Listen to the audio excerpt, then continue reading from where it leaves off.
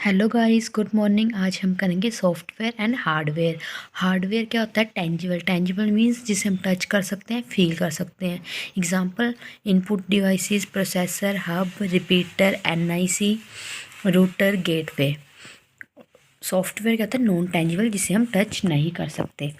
अब हम एग्ज़ाम में पूछ लिया जाता है, सेट ऑफ इंस्ट्रक्शन को हम बोलेंगे प्रोग्राम, सेट ऑफ प्रोग्राम को हम बोलेंगे software, set of rules and keyword by which user communicate with computer, उसे हम बोलेंगे प्रोग्रामिंग लैंग्वेज।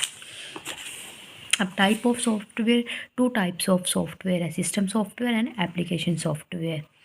सिस्टम सॉफ्टवेयर मतलब जो कि सिस्टम को रिक्वायरमेंट हो, और एप्लीकेशन सॉफ्टवेयर जो कि यूज़र की नीड हो, उसे बोलेंगे एप्लीकेशन सॉफ्टवेयर। सिस्टम सॉफ्टवेयर में आएगा operating system, translator, communication, utility. और एप्लीकेशन सॉफ्टवेयर में आएगा user requirement, MS office, browser, Photoshop, games etcetera. अब हम करेंगे सिस्टम सॉफ्टवेयर। सिस्टम सॉफ्टवेयर में सबसे पहले आएगा ट्रांसलेटर। ट्रांसलेटर का अल्टरनेट नेम क्या है? Language processor. लैंग्वेजेस जो हैं वो low level language and high level language. Low level language में machine language and assembly language. अब मशीन लैंग्वेज क्या है? मशीन लेवल लैंग्वेज जो है ये बाइनरी डिजिट है। Assembly language. अब हम करेंगे ट्रांसलेटर। ट्रांसलेटर को हम बोलेंगे लैंग्वेज प्रोसेसर। सबसे पहले आएगा असेंबलर। असेंबलर क्या करता है? असेंबली लैंग्वेज को मशीन लैंग्वेज में कन्वर्ट करता है। ओके, असेंबलर क्या करता है? असेंबली लैंग्वेज को मशीन लैंग्वेज में कन्वर्ट करेगा। अब सेकंड आएगा कंपाइलर। कंपाइलर क्या करेगा? हाई लेवल लैंग्वेज को मशीन लैंग्वेज में कन्वर्ट करेगा। कैसे करेगा? होल प्रोग्राम को एक ही साथ, होल प्रोग्राम को एक ही साथ, तो इसकी जो स्पीड है वो फास्ट है। अब आएगा इंटरप्रेटर। इंटरप्रेटर क्या करेगा? हाई लेवल लैंग्वेज को मशीन लैंग्वेज में कन्वर्ट करेगा। लाइन बाय लाइन कन्वर्जन, ये लाइन बाय लाइन कन्वर्जन करेगा। अब एग्ज़ाम में पूछ लिया जाता है कि एरर फाइंडिंग के लिए कौन सा बेस्ट है, कंपाइलर या इंटरप्रेटर। अब कंपाइलर में क्या होता है? होल प्रोग्राम एक साथ ही कंपाइल होगा। इंटरप्रेटर में क्या होगा? लाइन बाय लाइन कन्वर्जन होगी। तो एरर के लिए लाइन बाय लाइन जो है वो बेस्ट रहेगा, क्योंकि ज़्यादा एरर फाइंड होंगे, क्योंकि ये लाइन बाय लाइन करेगा। और कंपाइलर जो है होल प्रोग्राम को एक साथ करेगा, तो इसकी कंपाइलर की स्पीड जो है ये फास्ट होगी। और जो इंटरप्रेटर है ये है एरर फाइंडिंग के लिए। Okay, note, Java used both interpreter and compiler. जो जावा लैंग्वेज है वो यूज्ड करेगी बोथ इंटरप्रेटर एंड कंपाइलर। अब सेट ऑफ प्रोटोकॉल। अब एग्ज़ाम में बड़ी बार एक क्वेश्चन आता है, set of data communication in network को हम क्या बोलेंगे? प्रोटोकॉल। अब आएगा कम्युनिकेशन सॉफ्टवेयर। कम्युनिकेशन सॉफ्टवेयर में जो भी हम ड्राइवर इंस्टॉल करते हैं, हार्डवेयर कम्युनिकेशन विद कंप्यूटर, उसे हम बोलेंगे कम्युनिकेशन सॉफ्टवेयर। अब आएगा जो सोर्स प्रोग्राम को ऑब्जेक्ट प्रोग्राम में कन्वर्ट करेगा, उसे हम बोलेंगे लैंग्वेज प्रोसेसर। सोर्स प्रोग्राम कौन सा होता है? जो हमें समझ आए, जो यूज़र को अंडरस्टैंडेबल हो, और ऑब्जेक्ट प्रोग्राम जो कंप्यूटर को अंडरस्टैंडेबल हो। अब आएगा यूटिलिटी सॉफ्टवेयर। यूटिलिटी सॉफ्टवेयर, इसके जो फंक्शन है वो टू है, फंक्शनैलिटी प्रोवाइड करता है और मेंटेनेंस प्रोवाइड करेगा। फंक्शनैलिटी में आएगा word pad, note pad, window media, window defender, antivirus, ये सारा। और मेंटेनेंस मतलब डिस्क क्लीनर, डिस्क डिस्क डीफ्रैगमेंटर, ये आएगा मेंटेनेंस प्रोवाइड करेगा। ये जो होंगे वर्ड पैड, नोट पैड, ये इनबिल्ट होंगे, इन्हें हम अनइंस्टॉल नहीं कर सकते। अब एग्ज़ाम में बड़ी बार एक क्वेश्चन पूछा जाता है कि एंटीवायरस जो है ये क्या है? यूटिलिटी सॉफ्टवेयर या तो एंटीवायरस जो है ये यूटिलिटी सॉफ्टवेयर है। ठीक है, अगर नाम आ जाए वायरस के, जैसे अब एग्ज़ाम में नाम आ जाए क्विक हील, K7, ये सब नाम आ जाए, तो वो सब आएंगे एप्लीकेशन सॉफ्टवेयर, क्योंकि इन्हें हम खुद इंस्टॉल करेंगे, ये आएगा एप्लीकेशन सॉफ्टवेयर। अब डिस्क डीफ्रैगमेंटर मतलब डाटा, जैसे आधा डाटा इधर है, आधा डाटा इधर है, तो ये सारा बाकी ये सारा जो है एक साथ हो जाए। Used data on one side, एक साइड हो जाए डाटा, उसे हम बोलेंगे डिस्क डीफ्रैगमेंटर। अब आएगा नेक्स्ट ऑपरेटिंग सिस्टम।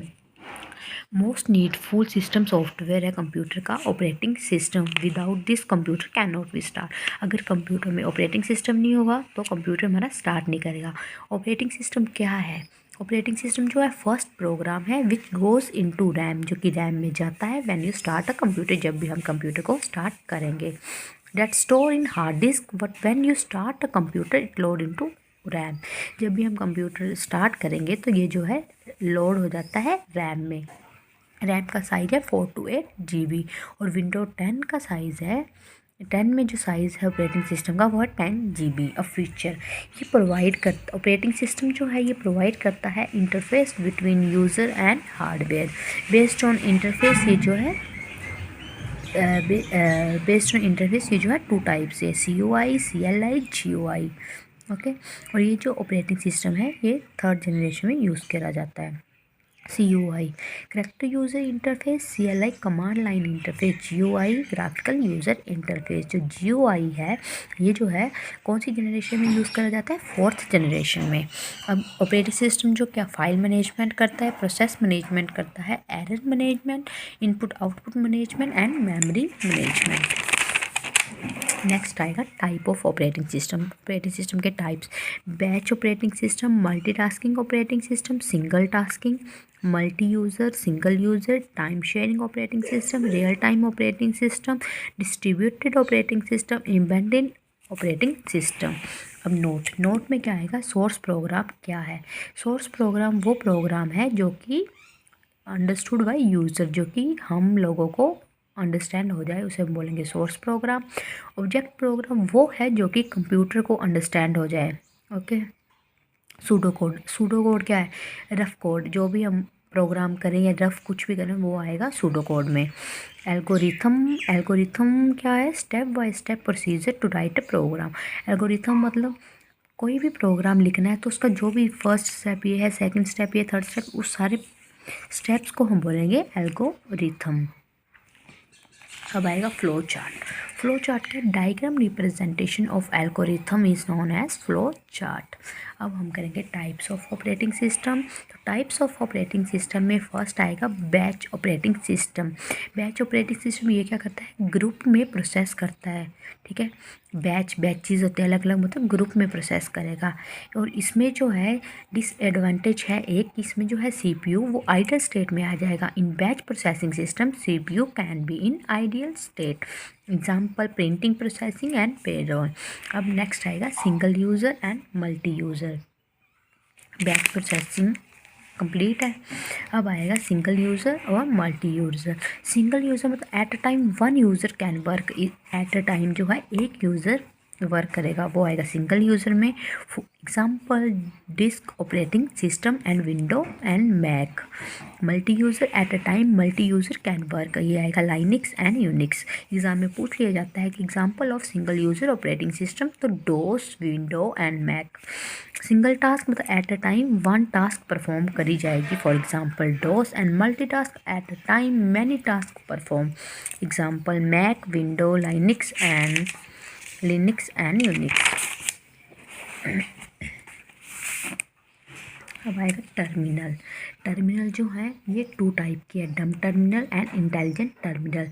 तो एग्ज़ाम में ये पूछा जाता है डम टर्मिनल। तो डम टर्मिनल में कीबोर्ड और स्क्रीन होती है ओनली, इसका एग्जांपल आएगा ATM।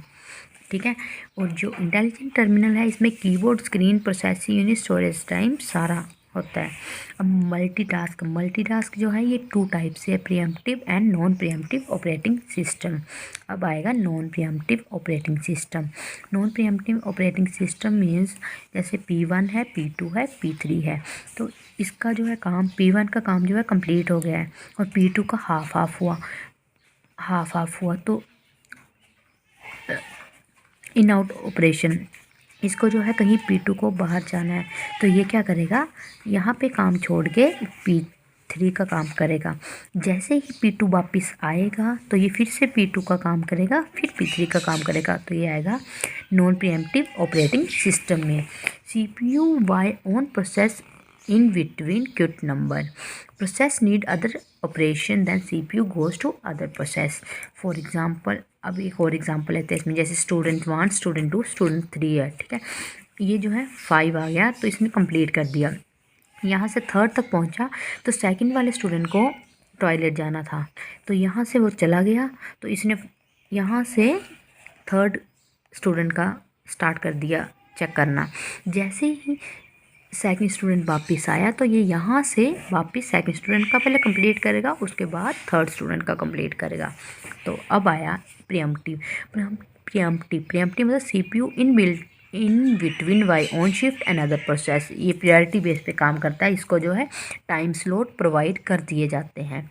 जैसे स्टूडेंट 1, स्टूडेंट 2, स्टूडेंट 3, ये क्या करेगा, फर्स्ट 2 सब्जेक्ट इसके चेक करेगा, फिर इसके चेक करेगा, फिर इसके चेक करेगा, फिर वापस आएगा, फिर इसके मतलब इसको जो है टाइम स्लॉट प्रोवाइड कर दिया जाता है। ओके, अब आएगा रियल टाइम ऑपरेटिंग सिस्टम। तो real time operation result, real time ये जो है रियल टाइम में रिजल्ट देता है। जैसे example YouTube server, live streaming, aeroplane, auto pilot mode.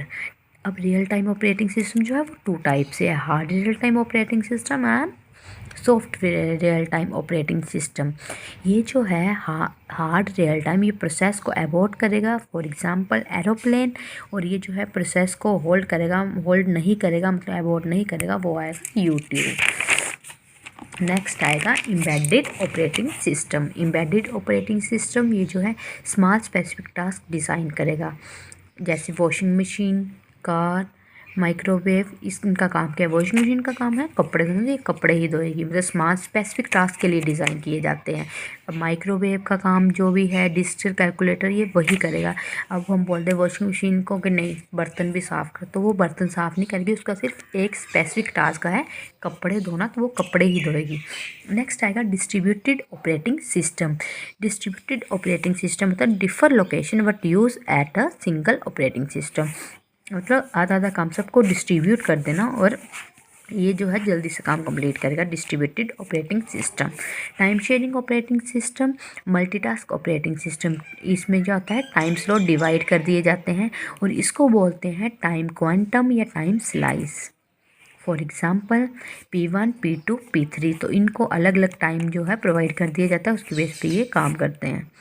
Thank you.